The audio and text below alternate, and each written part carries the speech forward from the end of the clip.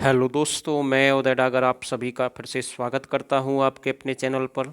दोस्तों, आज आपका हिस्ट्री का एनसीईआरटी का क्लास 10वीं का 7वां लेसन्स लेकर आए हैं। और दोस्तों, इससे पहले मैंने 6 वीडियो अपलोड कर दिए हैं। अगर किसी भाई ने हिस्ट्री एनसीईआरटी नहीं देखी तो एक बार ज़रूर देख लें। हम केवल वही प्रश्न आपके कवर करा रहे हैं एनसीईआरटी जहाँ से आपके चांस बन सकते हैं एग्जाम में प्रश्न आने के, या फिर आप दूसरे कैंडिडेट से काफ़ी प्लस हो सकते हैं। एक और बात मैं आपको बता रहा हूँ, एचएससी बिल्कुल एनसीईआरटी बेस पूछता है। आप चाहे कोई सी बुक पढ़ लेना, लेकिन एनसीईआरटी की ज़रूरत पड़ेगी। आखिरकार वहाँ से बहुत सारे प्रश्न पूछे जाते हैं। और दोस्तों, साथ के साथ मैं आपको एक और बात बोलना चाहता हूँ, जो भाई जीके के दम पर सिलेक्शन चाहता है, उसे पता है कि मेरा मैथ और इंग्लिश कमज़ोर है, तो स्क्रीन पर आपके सामने नंबर है, आप यहाँ से हमारे साथ जुड़ सकते हैं। हम बिल्कुल जो आपकी एचएससी जीके, हरियाणा जीके बिल्कुल फुल कंप्लीट, जो कि डीपली, जहाँ से आप 3 से 4 नंबर प्लस हो सकते हैं दूसरे कैंडिडेट से और आपका सिलेक्शन निकल सकता है, तो वही कवर करा रहे हैं विद पीडीएफ के साथ। ऑनलाइन टेस्ट भी ले रहे हैं और केवल आपको एक बार पे करना है 199 रुपये, फिर कोई पे नहीं करना है। इसमें आपकी करंट अफेयर है, पीडीएफ है, ऑनलाइन टेस्ट है, वीडियो क्लास है, सारा सब कुछ इसी में है। तो जल्दी से मैसेज करें और इस ऑफर का फ़ायदा उठाएं। अगर एग्ज़ाम डेट फिक्स हो जाती है तो उसके बाद इसका जो प्राइस है वो ज़्यादा हो सकता है बैच का। पहला प्रश्न मेरा आप सभी के लिए, यूरोप में पहली प्रिंटिंग प्रेस का आविष्कार किसने किया? तो 4 ऑप्शन बिल्कुल ऐसे ही आपके सामने रहेंगे और इसका जो राइट आंसर है, योहान गुटेनबर्ग ने किया। किसने किया? योहान गुटेनबर्ग ने किया। तो सी ऑप्शन इसका बिल्कुल सही है। यूरोप में पहली प्रिंटिंग प्रेस का आविष्कार किसने किया? योहान गुटेनबर्ग ने किया। अगला प्रश्न देखते हैं, निम्नलिखित में से कौन सा बिलियोथिक बिल्यू का सही अर्थ है? तो ऐसे प्रश्न आते हैं एग्जाम में बिल्कुल, और इसका जो राइट आंसर है, कम कीमत वाली छोटी किताबें। क्या मतलब होता है इसका? कम कीमत वाली छोटी किताबें। नेक्स्ट प्रश्न देखते हैं, निम्नलिखित में से कौन सा धर्म सुधारक प्रोटेस्टेंट धर्म सुधार के लिए उत्तरदायी था? तो मार्टिन लूथर का नाम आता है, इम्पोर्टेंट है बिल्कुल। किसका नाम आता है? मार्टिन लूथर का नाम आता है, इम्पोर्टेंट है बिल्कुल। नेक्स्ट प्रश्न देखते हैं, निम्नलिखित में से कौन सी पुस्तक गुटेनबर्ग द्वारा छापी गई पहली पुस्तक थी? तो गुटेनबर्ग ने कौन सी पहली पुस्तक छापी थी? इसका जो राइट आंसर है, बाइबल। तो बाइबल में इसका वर्णन मिलता है, इम्पोर्टेंट है भाई, बिल्कुल मोस्ट इंपोर्टेंट प्रश्न है। किसमें वर्णन मिलता है? बाइबल में मिलता है। नेक्स्ट प्रश्न देखते हैं, पुस्तकों का पेपर ब्रेक संस्करण प्रस्तावित हुआ था? तो इम्पोर्टेंट है, तो महामंदी की शुरुआत में हुआ था। कब हुआ था पुस्तकों का पेपर ब्रेक संस्करण कब प्रस्तावित हुआ था? महामंदी की शुरुआत में हुआ था। तो ऑप्शन बिल्कुल इसका जो राइट आंसर है, डी बिल्कुल सही आंसर है। नेक्स्ट प्रश्न देखते हैं, इंग्लैंड में फेरी वालों के द्वारा 1 पैसे में बिकने वाली किताबों को क्या कहा जाता था? जो फेरी वालों में जो 1 पैसे में जो किताबें बिकती थी उन्हें क्या कहते थे? तो इंग्लैंड की अनुसार वो बात पूछ रहा, तो इसका जो राइट आंसर है, चैप बुक्स। चेक नहीं, चैप बुक्स कहते थे। इंपॉर्टेंट है भाई बिल्कुल। और ऐसे प्रश्न आपको प्लस करते हैं, इसलिए हम कहते हैं कि जीके है जो आपके, उसे ढंग से पढ़ें। जीके के दम पर आपका सिलेक्शन हो सकता है। नेक्स्ट प्रश्न देखते हैं, निम्नलिखित में से कौन सा पढ़ने का साधन विशेषकर नारियों के लिए था? तो इसका जो राइट आंसर है, पेनी मैगजीन्स। तो नारियां कौन सी बुक पढ़ सकती थी? पेनी मैगजीन्स पढ़ सकती थी। बी ऑप्शन बिल्कुल सही आंसर है। 1878 के वर्नाक्यूलर प्रेस एक्ट की तर्ज पर बना था। तो किस तर्ज पर बनाया गया था? तो आयरिश प्रेस कानून। कौन से तर्ज पर था ये? आयरिश प्रेस कानून की तर्ज पर था। ऑप्शन ए बिल्कुल सही आंसर है।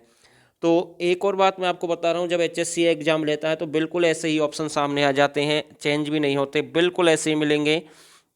जापान की सबसे पुरानी छपी पुस्तक का नाम? तो डायमंड सूत्र है जो जापान की सबसे पुरानी छपी पुस्तक है बिल्कुल। और मैं आपको एक और बात बता दूं, जो अभी हाल में क्लर्क भर्ती क्लियर हुई थी, जिसका फाइनल रिजल्ट डिक्लेयर किया गया था, तो वहां से काफ़ी जो प्रश्न आए थे एनसीईआरटी से, बिल्कुल पेज के पेज से प्रश्न उठा दिए गए थे। ऑप्शन भी बिल्कुल वही थे। हम वही आपके लिए कोशिश कर रहे हैं, क्योंकि इसलिए हम आपसे कहते हैं कि हमारा जो लक्ष्य है, हम जीके के दम पर भी सिलेक्शन निकाल सकते हैं। हम अच्छे अच्छे प्रश्न कराते हैं, हम वही प्रश्न कराते हैं जिनके ज़्यादा चांस होते हैं एग्जाम में आने के, चाहे वो हमारा पेड बैच है या फिर हम एनसीईआरटी करा रहे हैं, वो दोनों ही एक जैसे हम कराते हैं।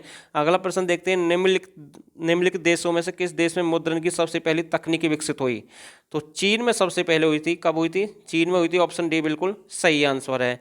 मुद्रण ईश्वर की दी गई हुई महानत देन है, तो सबसे बड़ा तोहफा, यह शब्द किसने कहा? तो जो मुद्रण ईश्वर की दी हुई महानतम देन है, तो यह सबसे बड़ा तोहफा शब्द किसने कहे? तो मार्टिन लूथर ने कहे। किसने? मार्टिन लूथर ने। नेक्स्ट प्रश्न देखते हैं, निम्नलिखित में से किसे शक्ति चालित बेलनाकार प्रेस को कारगर बनाया? तो इसका जो राइट आंसर है, ऑप्शन डी बिल्कुल सही है, रिचर्ड एम होम। किसने बनाया? Richard am home. देखो ये वर्ल्ड की हिस्ट्री चल रही है, जब इंडिया की हिस्ट्री आती है तो उसमें बहुत सारे डिफरेंस आपको देखने को मिलेगा, लेकिन आपको ये कंफ्यूजिंग हो रही होगी कैसे प्रश्न है, लेकिन मजबूरी है, हम आपके लिए लेकर आए हैं और आपको पढ़ना है, आपकी भी मजबूरी है। निम्नलिखित में से कौन सा वुड ब्लॉक प्रिंटिंग की तकनीक को यूरोप में लाया? तो इसका जो राइट आंसर मार्को पोलो, नाम तो सभी ने सुना होगा, कौन लाया था? Marco Polo. अगला प्रश्न देखते हैं, ये आप सभी जानते हैं, पुर्तगालियों के साथ प्रिंटिंग प्रेस गोवा में कब आई? तो इम्पोर्टेंट है भाई, मोस्ट इंपोर्टेंट है, गोवा में जो प्रिंटिंग प्रेस है वो कब आई थी पुर्तगालियों के साथ? तो इसका जो राइट आंसर है 16वीं सदी के मध्य आई थी। कब आई थी? 16वीं सदी के मध्य आई थी।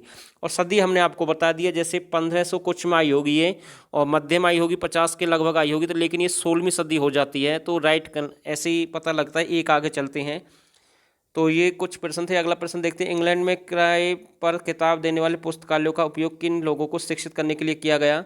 तो सफ़ेद, कॉलर, मजदूर, दस्तकारों और भिन्न मध्य वर्ग के लोगों के लिए। अब कुछ प्रश्न इसमें से देख लेते हैं, लेकिन मैंने सारे प्रश्न कवर करा दिया, अगर कोई नया प्रश्न होगा तो वो इसमें जरूर कराऊंगा। यूरोप में पहली प्रिंटिंग प्रेस का आविष्कार किसने किया? योहान गुटेनबर्ग ने किया। कौन सा धर्म सुधारक प्रोस्टेट, ये भी आपने कर लिया, मार्टिन लूथर। गुटेनबर्ग द्वारा छपी पहली पुस्तक बाइबल है। पुस्तक का पेपर ब्रेक संस्करण कब प्रकाशित हुआ? महामंदी की शुरुआत में। इंग्लैंड में फेरीवाल द्वारा चैम्पुक्स, ये सारे वही आ रहे हैं, अगर कोई नया होगा तो वो जरूर बताऊंगा। ये जो नारिया कौन सी पुस्तक पढ़ी थी? पेनी मैगजीन्स है। और 1878 का वार्निकुलर एक्ट किस तर्ज पर बना? तो आयरिश प्रेस कानून पर। जापान की सबसे पुरानी छपी पुस्तक कौन सी? डायमंड सूत्र है। किस देश में मुद्रण की तकनीक सबसे पहले विकसित हुई? चीन में हुई। मुद्रण ईश्वर की देन है, महानतम देन है, ये शब्द किसने कही? मार्टिन लूथर ने कही। किसने शक्ति चलित बेलनाकार प्रेस का कारगर किया? रिचर्ड ए होम ने।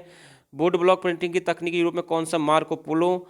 ये देख ले भाई, ये अलग प्रश्न है थोड़ा सा जो इंपॉर्टेंट है। मुद्रण की सबसे पहली तकनीकी किस देश में विकसित हुई? तो चीन में हुई है, फिर उसके बाद जापान है, फिर कोरिया है। तीनों मोस्ट इंपॉर्टेंट है। हो सकता है चीन ऑप्शन में ना मिले, कोरिया ना मिले तो जापान मिल जाए, या फिर जापान ना मिले, चीन ना मिले, कोरिया मिल जाए, तो इस पर आपको ध्यान देना है। 1871 में गुलामगिरी पुस्तक किसने लिखी? तो ये इंपॉर्टेंट है भाई, 1871 में गुलामगिरी पुस्तक किसने लिखी? ज्योतिबा फुले ने लिखी। किसने लिखी? ज्योतिबा फुले। मोस्ट इंपॉर्टेंट प्रश्न भाई एचएससी के एग्जाम के अनुसार। नेक्स्ट प्रश्न देखते हैं, तुलसीदास के रामचरितमानस का पहला मुद्रित संस्करण कब और कब छपा? इंपॉर्टेंट प्रश्न है भाई, कलकत्ता में छपा था। और कब छपा था? 1810 में।